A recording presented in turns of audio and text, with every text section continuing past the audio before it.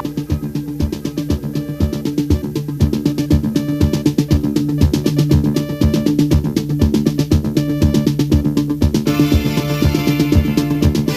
ulo ng ating mga balita, labi ni Mayor Romar G. Marcos, iniuwi na sa bayan ng Nauhan. Maraming Nauhenyo nakidalamhati sa pagpanaw ng alkalde. 41 iba't ibang klase ng baril na kumpiska sa pagpapatupad ng Comelec gun ban. City Tech Enterprises muling ninakawan mahigit 100,000 piso na tangay ng mga kawatan. Magandang gabi, Oriental Mindoro. Ika-10 sa buwan ng Hunyo taong 2010. Ito po ang TVNet Newsline. At sa detalye ng ating mga balita, ilang araw bago formal na magsimula ang pagbubukas ng klase sa mga pampublikong paaralan, patuloy pa rin ang pagpapatala ng ilang mga mag-aaral sa ilang paaralan sa bayan ng Baco. Sa Benito R. Villar Memorial Elementary School, na isa sa mga kalahok sa Regional Brigada Eskwela Best Implementer Contest at pinamumunuan ni Principal 2 Cleo Faz Blanco, tumaas ang bilang ng mga nagpatala para sa taong ito. Sa usapin naman ng pagsasama ng sex education sa curriculum sa pagtuturo na direktiba ng DepEd, hindi sang-ayon ang nabanggit na principal kung preschools at grades 1 to 4 ang tuturuan nito. Inaasahan naman na humigit kumulang sa 800 estudyante ang magpapatala sa naturang paaralan para sa school year na ito. Sa Baco National High School, na pinamumunuan ni Principal 3 Dr. Elizabeth Maravilla, kasabay ng pagpapatala ay ang patuloy ding pagsasagawa ng pagbibrigada eskwela ng ilang mga magulang at guro dito. Aminado ang mga nabanggit na paaralan na magkakaroon ng increase ang enrollment sa kanilang paaralan, na karamihan pa sa mga lumipat ay nagmula sa private schools.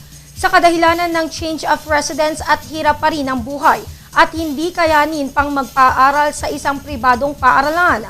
Sa kaisa-isahang pribadong paaralan naman sa munisipalidad ng Baco, ang Baco Catholic School na nagsimula ng magklase noong ika-7 ng Hunyo.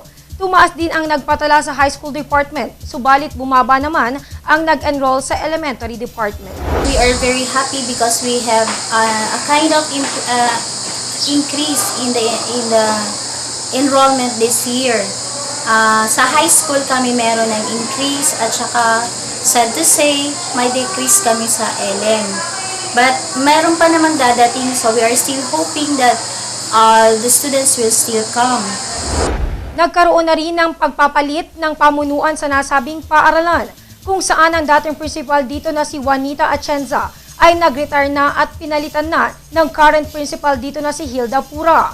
Pasalamat at patuloy na pagmamahal naman sa Baco Catholic School ang naging mensahe ng nagretirong principal. So, ang tagubilin ko sa kanila, mahalin nila katulad ng pagmamahal na ipinakita ko sa kanila, sa mga magulang, sa mga mag-aaral at sa mga maguro. Ako nagpapasalamat sa suporta na ibinigay sa akin, sa aking panunungkulan dito ng mahigit na 38 taon bilang guro from 1972 to 1990 at bilang principal from 1990 hanggang 2010.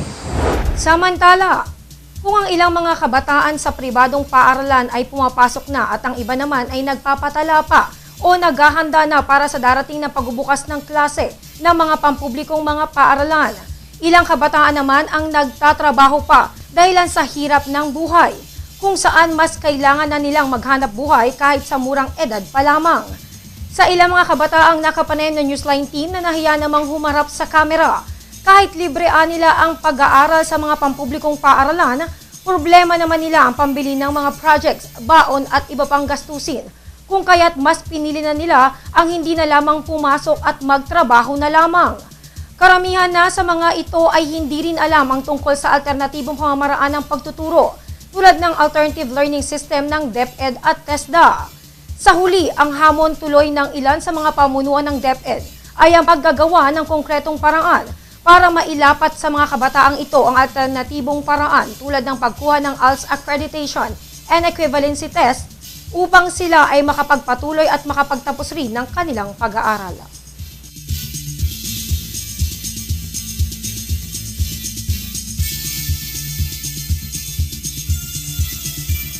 Magbabalik po ang TVNet Newsline. Welcome to Monte de Oro Homes. With units designed to cater to the convenience and comfort of its residents, Monte de Oro Homes is a haven for countryside living. A perfect place for those who would want to combine green living with modern-day facilities and amenities. Our model unit types: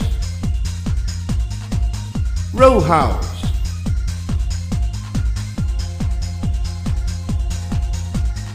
single attached or detached,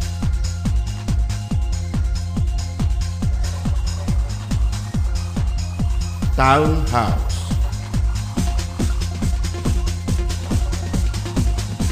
all units are fully finished upon turnover. House and lot package starts at 700,000 pesos.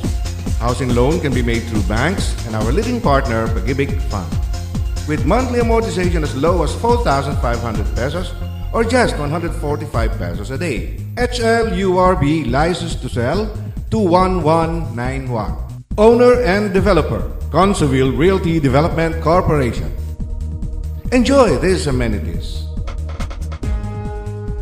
And with a flood-free strategic location with close proximity to almost everything, it is surely a home for ideal family living.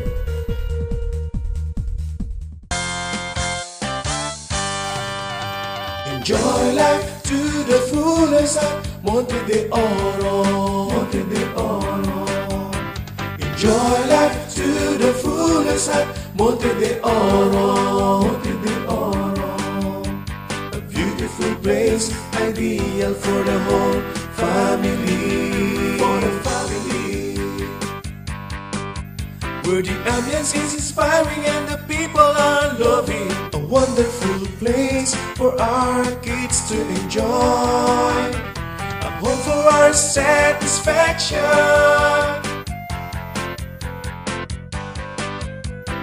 Come home, let's enjoy life worth living at Monte de Oro. Come home to Monte de Oro Homes at Sapul, Calapan City.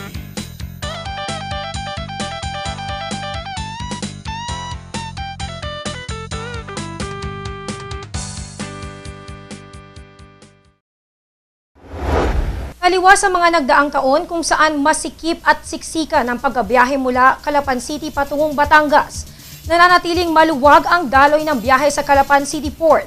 Ayon kay Efren Lainez, Manager Port Services Division, umaakyat ng 25% ang dami ng pasahero tuwing sasapit ang panahon ng pasukan o ang tinatawag na peak season. Mula sa tinatayang 5,000 hanggang 5,500 pasahero araw-araw, umaakyat ito sa 7,200 hanggang 7,400 pagsapit ng buwan ng Hunyo. Yung regular is 5,000 daily, hanggang mga 5,500, yan average.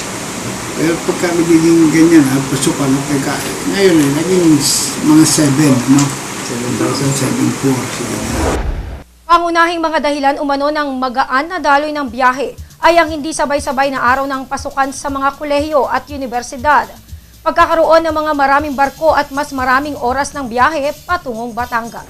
Nasa Manila na ang karamihan nakapagluwasan na, dahil nga